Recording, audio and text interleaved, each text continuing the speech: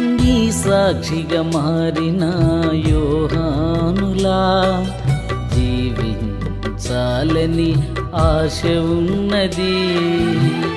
క్రీస్తును ప్రకటించిన స్టెఫెనులాగా జీవించాలని ఆశ ఉన్నది.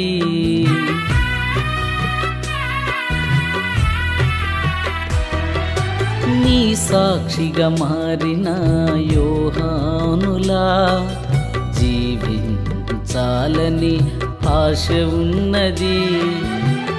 క్రీస్తును ప్రకటించిన స్టెఫెనులాగా జీవించాలని ఆశ ఉన్నది.